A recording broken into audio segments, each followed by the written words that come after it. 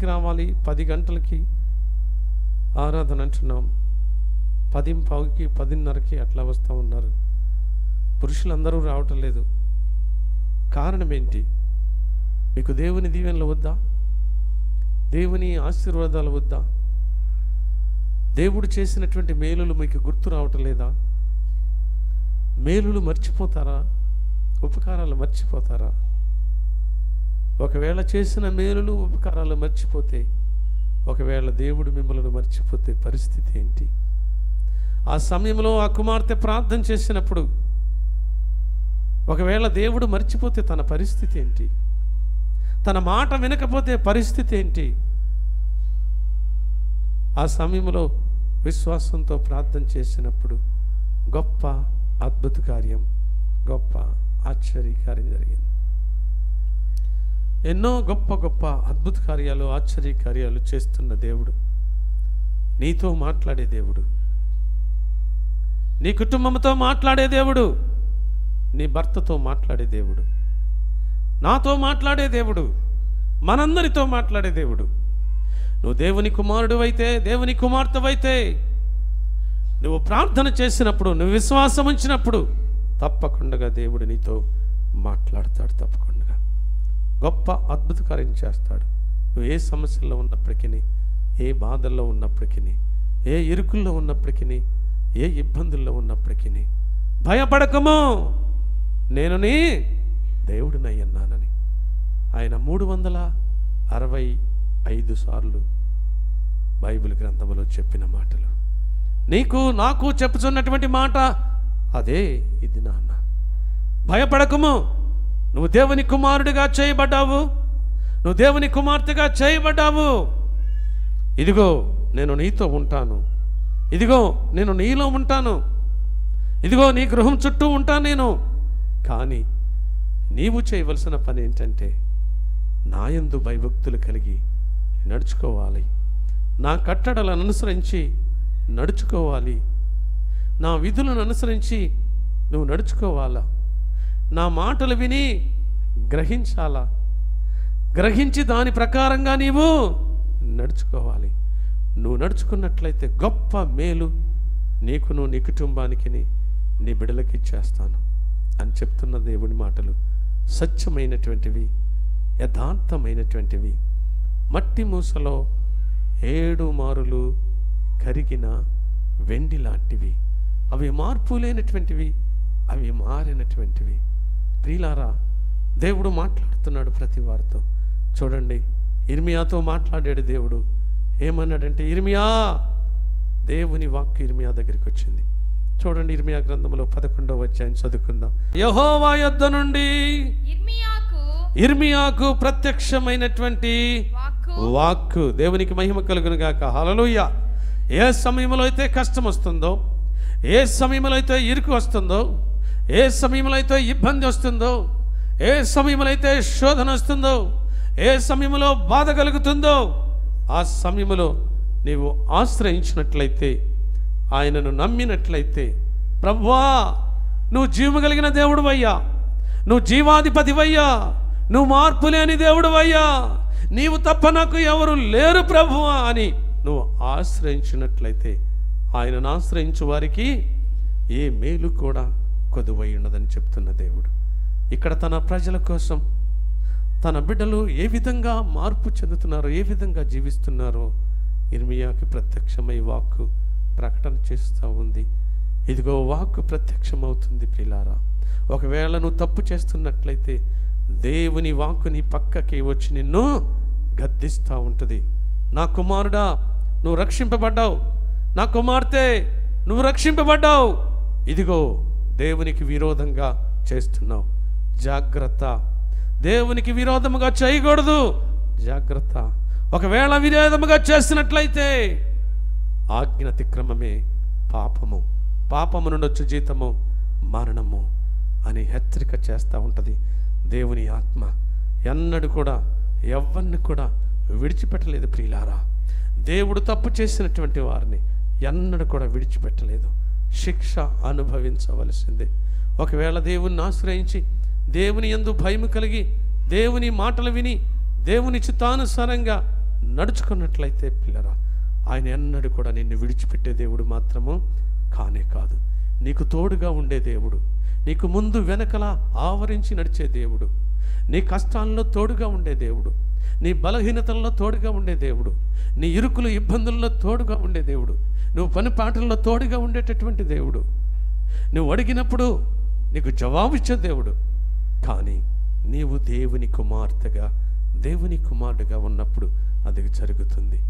దేవుని బిడ్డలైనటువంటి వారు ఒకవేళ దేవునికి విరోధంగా జరిగితే ఉంటే కనుక, దేవునికి విరోధంగా కనుక పనులు చేస్తే కనుక, దేవుడు మాత్రము ఊరుకునే దేవుడు మాత్రము కానే కాదు. ధ్యానం చేసాం ప్రియులారా, వచ్చేవారం ధ్యానం చేద్దాం. ఇక్కడ ముందుకు వెళదాం, ఇంకా చదువుకుందాం. యెహోవా యొద్ద నుండి యిర్మీయాకు ప్రత్యక్షమైన వాక్కు, మీరు ఈ నిబంధన వాక్యములను వినుడి, మీరు ఈ నిబంధన వాక్యములను వినుడి. యూదా మనుషులతోను యెరూషలేము నివాసులతోను నీవులాగున మాటలాడి తెలియచేయవలెను. ఆ దినాన్న మన పితరులకు తెలియచేస్తున్నటువంటి వాక్కు, ఈ దినాన్న మన మధ్యలో ఉన్నటువంటి దేవుడు నీకు తెలియచేస్తున్నటువంటి వాక్కు. యూదా వారితోనూ యెరూషలేము వారితోనూ ఈ సంగతులను తెలియచేయని చెప్తున్న దేవుడు. ఇదిగో మీరు జాగ్రత్తగా ఉండాలి, ఇదిగో మీరు దేవుని మాట వినేవారిగా ఉండాలా, ఇదిగో మీరు దేవుని చిత్తాన్ని విని గ్రహించేవారిగా ఉండాలా. విన్నట్లయితే ఆయన ఎల్లవేళలా మీతో ఉంటాడు, ఆయన మీకు సహాయం చేస్తాడు, మీకు మేలు చేస్తాడని చెప్తున్నటువంటి దేవాది దేవుడు.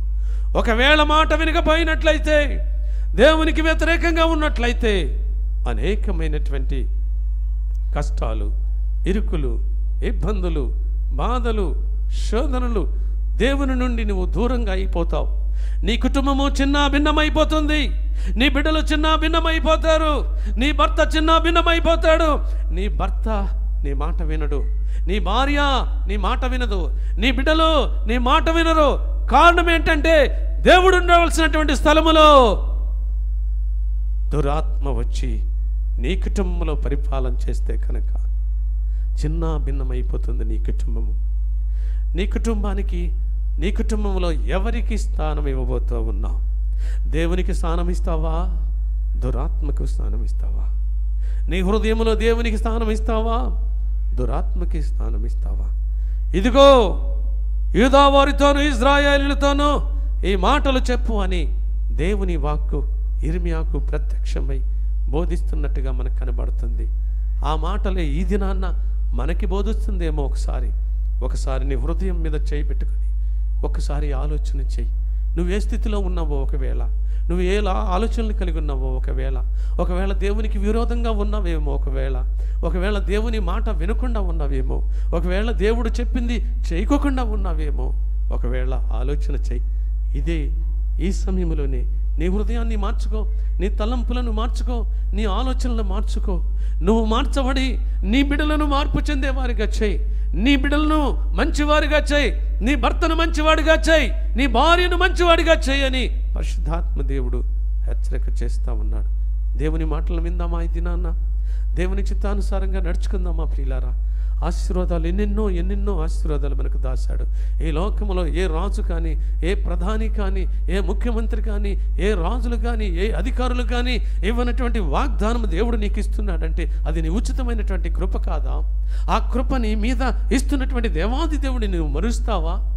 నువ్వు మరిచినట్లయితే ఆయన మీద, నీ మీదకి వచ్చేటటువంటి భయంకరమైనటువంటి ఆ తెగుళ్లను, భయంకరమైనటువంటి ఆ స్థితిని నీవు, నీ కుటుంబము భరించగలదా? దేవుడు మాట్లాడుతున్నాడు ఇక్కడ. ఆయన మనుషులదిగో నిబంధన వాక్యము వినుడి, ఇలాగు మాట్లాడి తెలియజేయము. ఇశ్రాయేలు దేవుడైన యెహోవా సెలవిచ్చినది ఏమనగా, ఏమని చెప్తున్నాడు? ఎవరికి సెలవిస్తున్నాడు అనమాట? ఎవరికి ఇస్తున్నాడు చెప్పండి? యిర్మీయాతో చెప్తున్నాడు. ఇదిగో యూదా వారితోనూ ఇశ్రాయేలు వారితోనూ నిబంధన వాక్యము వినుడని చెప్పు, ఇది నా మాటగా చెప్పు అంటున్నాడు. ఆ మాట వింటే కనుక మేలు పొందుకుంటారు, వినకపోతే కనుక శాపం పొందుకుంటారు చెప్తా ఉన్నాడు. ప్రియులారా, మన జీవితకాలం, మానవుడు జీవించేటటువంటి కాలం ఎంతో తెలుసా?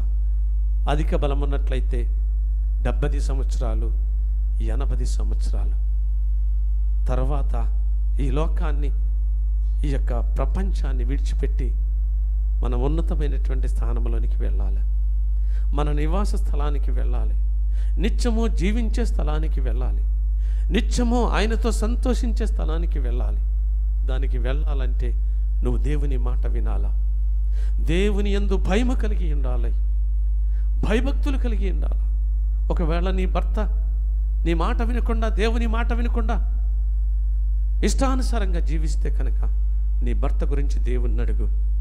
దేవుడు తప్పకుండా నీ భర్తను మారుస్తాడు. తప్పకుండా భయంకరమైనటువంటి స్థితి నుండి విడుదల కలగ చేస్తాడు దేవుడు.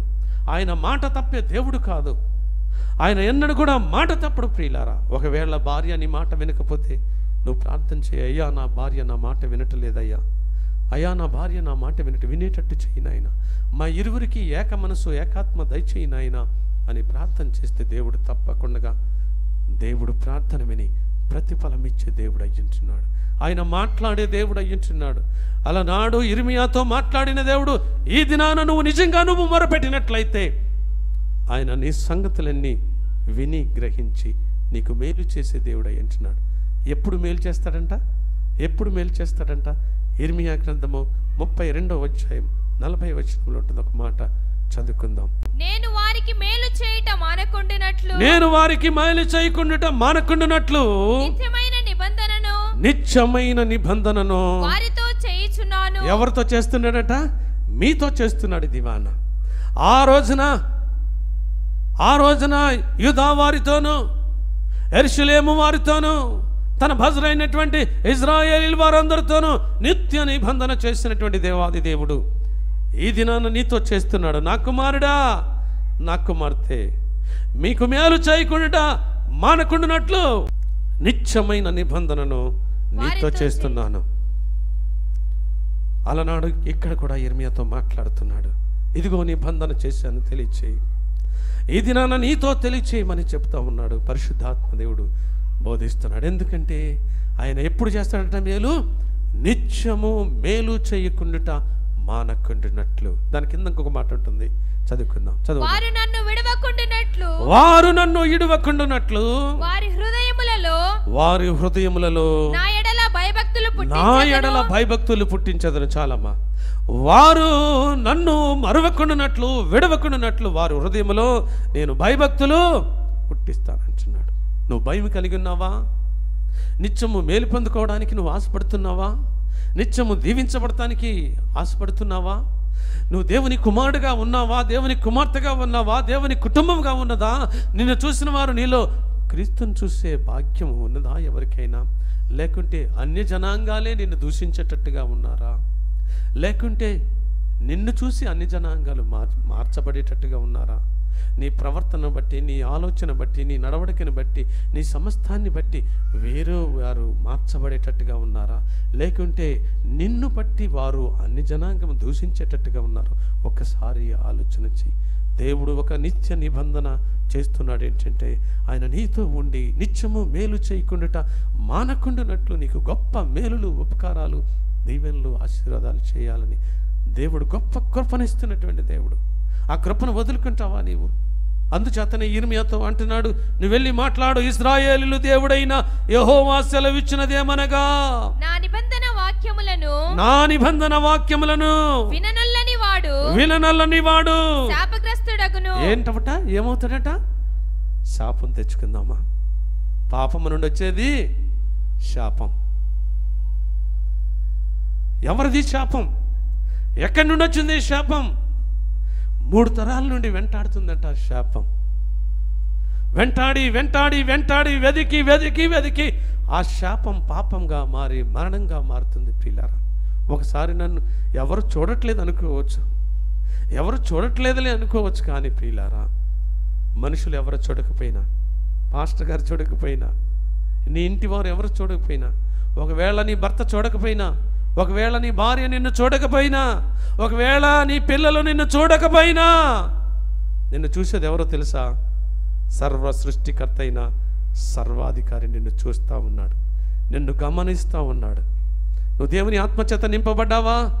లేక దురాత్మ చేత నింపబడ్డావా, ఇదిగో శాపము వస్తుంది జాగ్రత్త అని బోధించమని ప్రకటించమని చెప్తున్నా. ఇర్మియాకు యెహోవా వాక్కు ప్రత్యక్షమైంది. ఇది నాన్న నీకు చెప్తుంది. నువ్వు మార్చబడి నీ బ్రతుకుని మార్చుకొని, నీ స్థితిని మార్చుకొని, నీ కుటుంబాన్ని మార్చుకొని, నీ బిడ్డలను మార్చుకొని దేవుని కుమారుడిగా, దేవుని కుమార్తెగా, దేవుని కుటుంబముగా ఉండినట్లయితే ఆయన నిత్యము మేలు చేయకుండుట ఎన్నడూ కూడా మానడు. ఆపత్కాలములో, కష్టకాలములో, ఇరుకులో, ఇబ్బందుల్లో, వేదనలలో, శోధనలలో ఆయన నిన్ను ఆదరించి నీకు మేలు చేసే దేవుడు అయ్యుంటున్నాడు. 107వ కీర్తనలో చూడండి 19వ వచనంలో ఒక మాట ఉంటుంది, చదువుకుందాం. కష్టకాలమందు వారు యెహోవాకు మొర్రపెట్టిరి, ఆయన వారి ఆపదలలో నుండి వారిని విడిపించెను. ఆయన తన వాక్కును పంపి వారిని బాగు చేస్తున్న దేవుడికి మహిమ కలుగును గాక. హల్లెలూయా. కష్టం వచ్చిందా, శ్రమ వచ్చిందా, ఇరుకొచ్చిందా, నువ్వు దేవుని కుమార్తెవైతే, దేవుని కుమారుడవైతే మోకరించి దేవా నాతో మాట్లాడయ్యా, నాతో మాట్లాడు, నాతో మాట్లాడు. ఇదిగో నాకు కష్టం వచ్చింది, నా కష్టాన్ని తీసివేయి నాయన, నా ఇరుకును తీసివేయి ప్రభా, నా ఇబ్బందిని తీసివేయి నాయన. నువ్వు కన్నీటితో ప్రార్థన చేస్తే దేవుడు తప్పకుండా కష్టకాలం ముందు నీ ప్రార్థన వింటాడు. హెచ్చరిక చేస్తా ఉన్నాడు. ఇర్మియాను వెళ్ళి బోధించు. ఇదిగో ఇర్మియా, నువ్వు వెళ్ళి బోధించు. ఏ విధంగా ఉన్నారంటే, ఈ నిబంధన, నా నిబంధన వాక్యములను విననొల్లని వారిగా ఉన్నారంటున్నాడు. వారు వింటున్నారు బాగానే, కానీ గ్రహించలేకపోతున్నారు. గ్రహిస్తున్నారు బాగానే, కానీ దాని ప్రకారంగా నడవలేకపోతున్నారని ఆయన హెచ్చరిక చేస్తున్నాడు.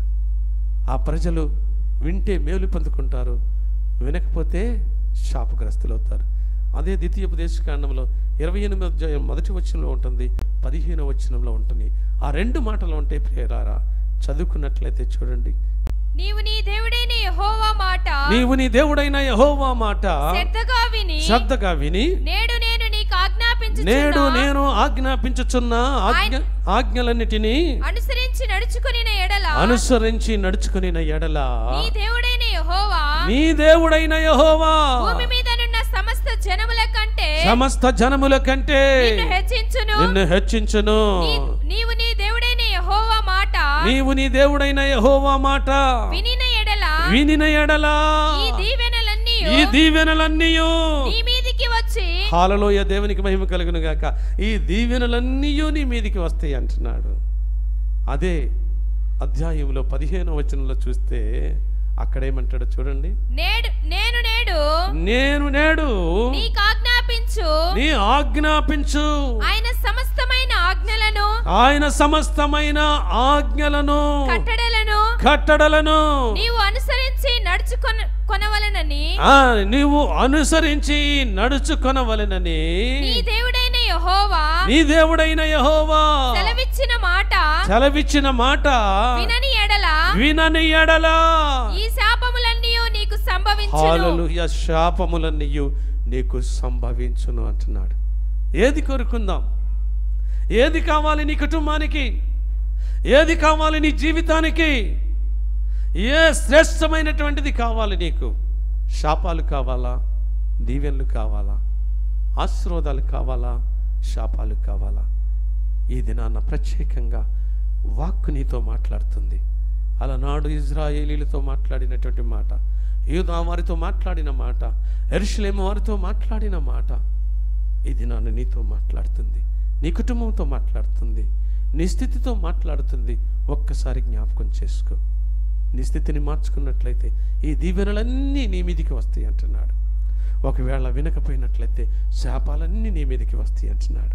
ఆ శాపాలు రాకుండా మనము దీవెనలు, ఆశీర్వాదాలు పొందుకునే వారిగా ఉండి దేవుని ఆత్మ చేత నింపబడి దేవుని మాట విని దేవుని ఆజ్ఞలను అనుసరించి నడుచుకునే వారిగా ఉండాలని ప్రభు కోరుకుంటున్నాడు. కనుక అట్టి దీవెనలు, అట్టి ఆశీర్వాదాలు పొందుకోవడానికి దేవుని కృప మనందరిపైన నిండుగా మెండుగా గ్రహింపచేసి తన ఆత్మ చేత నింపబడిన వారమై దేవుని మాట వినేవారిగా చేయబడి దేవుడిచ్చే దీవెనలు, ఆశీర్వాదాలన్నీ పొందుకొని మన జీవితకాలమంతయు, మన బ్రతుకు దినములన్నీ కూడా ఆయన చేసినటువంటి నిబంధనను జ్ఞాపకం చేసుకొని నిత్య నిబంధన నీతో చేస్తున్నాడు. నిత్యము నీకు మేలు చేయకుండా మానకుండానట్లు నేను వారితో నిబంధన చేస్తున్నాననే మాట, నీతో చేస్తున్న నిబంధన నీవు గుర్తు పెట్టుకొని నువ్వు దేవుని యందు భయభక్తులు కలిగి ఆ దీవెనలో ఆశీర్వాదాలు పొందుకోవడానికి దేవుడు తన కృపను నిండుగా మెండుగా అనుగ్రహింపచేసి దీవించి ఆశీర్వదించును గాక.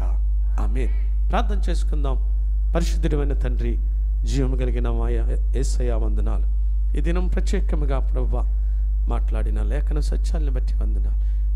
నీ మాటలు సత్యమైనటువంటివి, నీ మాటలు యథార్థమైనటువంటివి, మట్టి మూసలో 7 మార్లు కరిగినటువంటివి. ప్రభువా, మాతో గొప్ప నిబంధన చేసిన దేవుడు, నిత్య నిబంధన మాతో చేసిన దేవాది దేవ, నిత్యము మాలో మేలు చేయకుండా మానుకున్నట్లు ప్రభువా మాతో నిబంధన చేసి మమ్మల్ని హెచ్చరిస్తున్న దేవా నీకు స్తోత్రములు. ప్రభువా, నీ చిత్తానుసారంగా నడుచుకుని మీ ఆత్మచేత నింపబడి మీ మేలులు, మీ దీవెనలు, మీ ఆశీర్వాదాలు ఇక్కడ చేరి ఉన్న నీ కుమారులు, నీ కుమార్తెలందరూ పొందుకునేలాగన వారి వారి కుటుంబాల్లో ప్రభువా మీ యొక్క ఆత్మను ఉంచి, మీ శక్తిని ఉంచి, మీ ప్రభావం ఉంచి, అయా మీ శక్తి ప్రభావాలతో నింపి నిత్యము నిన్ను స్తుతించే భాగ్యం నీ బిడ్డలకు అందరికీ అనుగ్రహింపచేసి ప్రతి వారిని కూడా పేరు పేరున మీరు దీవించి ఆశీర్వదించి నీ బిడ్డలుగా జీవించడానికి కావలసిన కృపా భాగ్యం యేసు క్రీస్తులో అనుగ్రహింపచేసి మహిమ పొందుతారని నీ బిడ్డల్ని, కుటుంబాలని మీ చేతులకు అప్పగించుకుంటూ ఇంకా రాలేనటువంటి వారందరినీ కూడా జ్ఞాపకం చేసుకోండి.